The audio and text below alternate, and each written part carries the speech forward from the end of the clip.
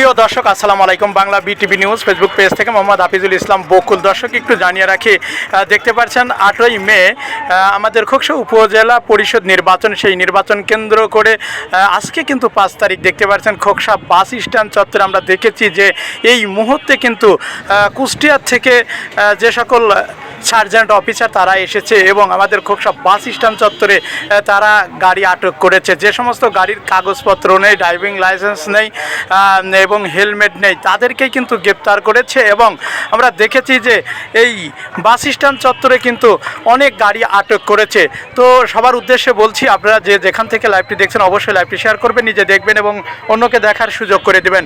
তো দর্শক, আমরা দেখেছি যে এই আমাদের খোকসা উপজেলা পরিষদ নির্বাচন কেন্দ্র করেই কিন্তু আজকের এই খোকসা বাস স্ট্যান্ড চত্বরে আমরা দেখেছি কুষ্টিয়া থেকে আমরা দেখেছি যে সার্জেন্ট অফিসার তারা কিন্তু এখানে বেশ কিছু গাড়ি আটক করেছে। যে সমস্ত গাড়ির কাগজপত্র নেই, ড্রাইভিং লাইসেন্স নেই এবং হেলমেট নেই, বিভিন্ন আইনের মাধ্যমে তারা কিন্তু অনেক মোটরসাইকেল এখানে গ্রেপ্তার করেছে, আটক করেছে আমরা দেখেছি। তো দর্শক, যে যেখান থেকে লাইভটি দেখছেন অবশ্যই লাইভটি শেয়ার করবেন, নিজে দেখবেন এবং অন্যকে দেখার সুযোগ করে দিবেন।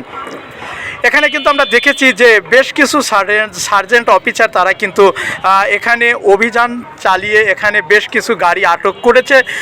আমরা দেখেছি যে বেশ কিছু গাড়ি আটক করে সেই গাড়িগুলোকে আমাদের খোকসা থানায় হস্তান্তর করেছে এবং এখন পর্যন্ত কিন্তু সন্ধ্যা লাগলেও আমরা দেখেছি যে এখানে আমাদের সার্জেন্ট অফিসার তারা কিন্তু এখানে গাড়ি আটক করছে এবং গাড়ি কিন্তু তল্লাশি করছে এবং গাড়ির কাগজপত্র, ড্রাইভিং লাইসেন্স আছে কিনা তারা কিন্তু সেটা এখানে দেখছেন।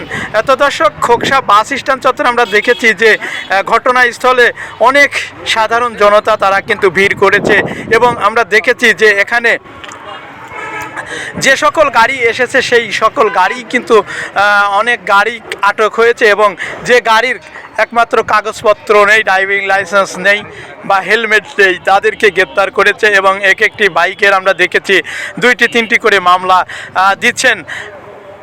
তো খোকসা বাস স্ট্যান্ড চত্বরে আমরা দেখেছি যে বিকেল থেকে শুরু করেছে এই আমাদের কুষ্টিয়া যে সার্জেন্ট অফিসার, সেই সার্জেন্ট অফিসার তারা খোকসা বাস স্ট্যান্ড চত্বর থেকে মোহাম্মদ হাফিজুল ইসলাম বকুল, বিটিভি নিউজ, খোকসা, কুষ্টিয়া।